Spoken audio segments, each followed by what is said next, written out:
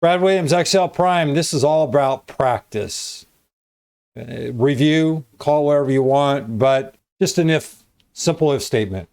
What's the format here? If demand 2 minus demand 1 is greater than 2, sum inventory 1. Otherwise, sum inventory 2.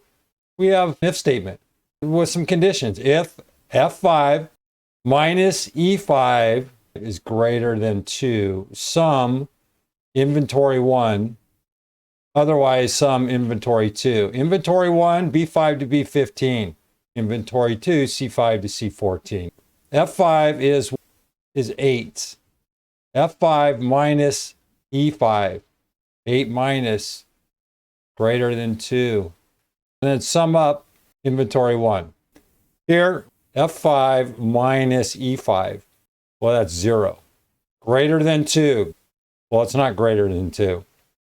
So you're going to end up summing inventory 2, 52, 52. I just summed these up down.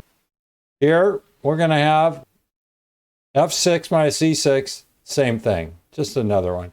Here, we're going to go same thing, but we're going to average. Then, what are we going to do? F5, we're going to have an AND statement.